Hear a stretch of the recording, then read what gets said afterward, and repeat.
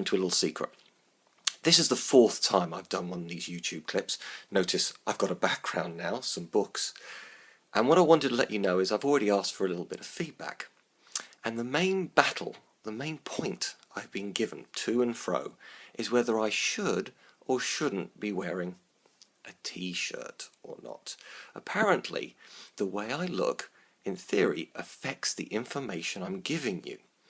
Now, we all sort of know this to be true, and also at the same time know that this is kind of stupid. But the thing about it is, it's a challenge that's affected people throughout history. How you look, how you're perceived, is vitally important.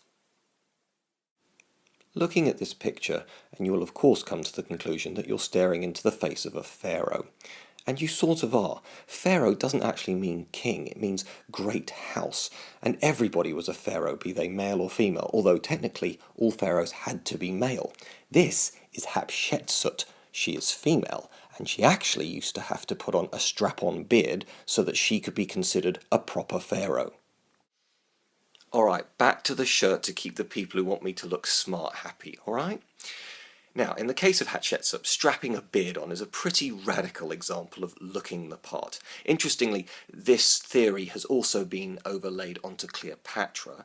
There's actually no contemporary evidence that she did, but she may have done. Let's leave it at that, okay? Looking the part, however, is vital, particularly for leaders, and here is another example.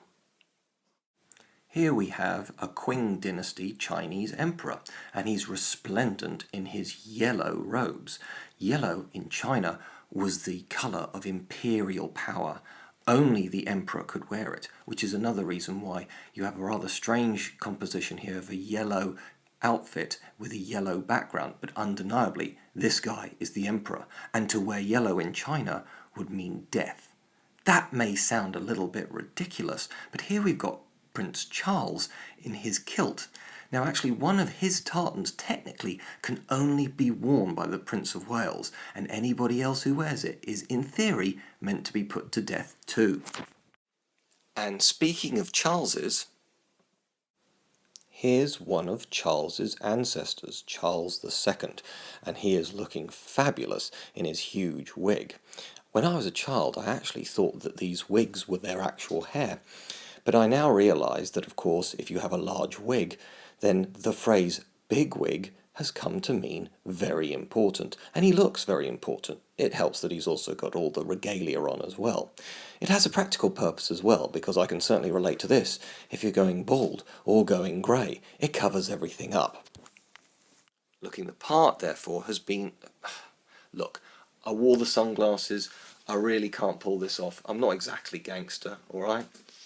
Thank you. So, looking the part has been around for a very long time. Here's an interesting thought to finish with. The wheel. People tend to think the wheel is a really important invention, and it is, but it hasn't been around for as long as you might necessarily think. It's only about 5,500 years old. Bows, boats, houses, agriculture, so many things came before the wheel. But let's compare this to jewellery. In Kenya, they found some seashells that were obviously for display purposes, and they are 75,000 years old. So you can see how far back it's been for us to look the part. I tell you what, how about this time on the comments, just let me know if you want to see me in a t-shirt or a shirt. I really don't care.